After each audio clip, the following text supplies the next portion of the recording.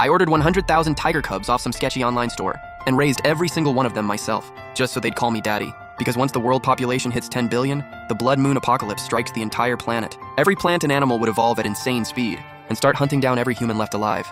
In my past life, I stumbled onto a secret. Humans could actually form contracts with animals. So after being reborn, I went all in on stockpiling the king of beasts. So while everyone else was freaking out about the apocalypse, I already had a whole army of tigers waiting. Right now, inside Panjihua Forest Park, the director of wildlife protection was giving me his report. Sir Liu, every tiger from the Changbai Mountains all the way to the Xing'an Ranges has been moved to your facility. We're sitting at 3,000 tigers. I frowned. 3,000 Siberian tigers, already a massive number, but still nowhere near what I had in mind.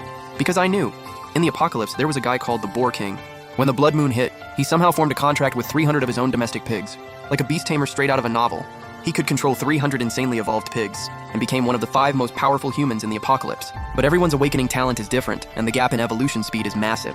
I just wanted to make up for my weak talent with sheer numbers. And even if I failed to form any contracts after the apocalypse, I could still hunt them all down and harvest their crystal cores. The best material out there for leveling up your evolution. So I used ecological restoration as my cover story and pushed the director again. Siberian tigers, South China tigers, whatever you got, I'll raise them all for free. Behind the scenes, I was buying tigers off the black market from neighboring countries. Breed didn't matter, only numbers. But everything had to arrive before New Year's Eve. Then I drove the feeding truck straight into the tiger enclosure and dumped tens of thousands of live chickens into the feeding zone. Watching the tigers eat, I couldn't help but daydream.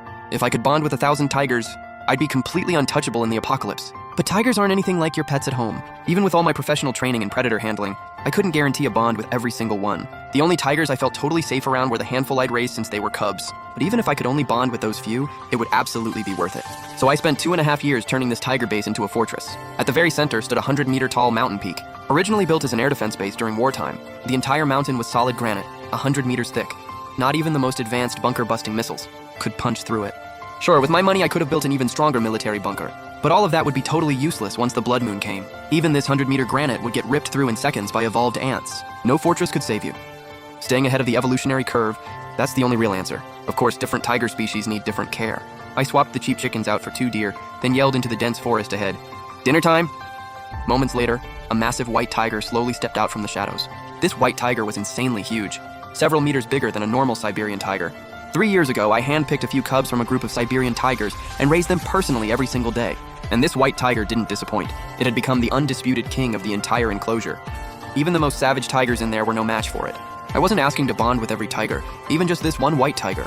I'd be more than satisfied. Think about it. In my past life, people who bonded with cats and dogs were already making names for themselves, let alone bonding with a beast pushing over 500 pounds. Time was running out. The New Year's bells felt like they were already ringing in my ears. The full moon had turned red without me even noticing. And within a single breath, it looked like it was dripping blood. Then the moonlight came pouring down and people everywhere started mutating. Yo bro, why the fuck is the moon red tonight? The apocalypse isn't actually happening, is it? What the hell? I'm itching like crazy, feels like ants crawling all under my skin. I knew exactly what this was. The mysterious power of the blood moon. First comes the itch, then the pain, then pure bliss. An ancient seal was being broken open. The shackles on your body shattered, and unknown abilities started awakening. At the same time, every single tiger in the enclosure began evolving simultaneously. The whole place was filled with earth-shaking roars. I don't know how much time passed, but I felt this wave of pure relief wash over my entire body. I knew the evolution was wrapping up. And just like my past life, I hadn't awakened any special ability. On the biggest forum on my phone, people were already going absolutely crazy. Bro, I just grew 6 arms. That's nothing. I just punched a dent straight into my front door. Dude, I think there's a zombie next door. I can clearly hear it growling. I held the white tiger tight, but felt absolutely nothing between us. Zero connection. 5 years of prep, and it looked like it meant nothing. Same blank slate start as my last life. In what felt like a daze, the white tiger finished evolving. Its body, originally nearly 3 meters long, had ballooned to 6.5 meters. Its massive frame blocked out the sky. It glanced over at me for just a second, and every single hair on my body stood on end. I stared into its hungry, predatory eyes, and something clicked in my mind.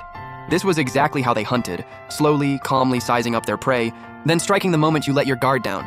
Fine. So be it. I slowly closed my eyes. Better to go out in the jaws of this white tiger than get torn apart by some random beast. But the pain never came. I opened my eyes, and the white tiger was sitting right beside me, completely calm.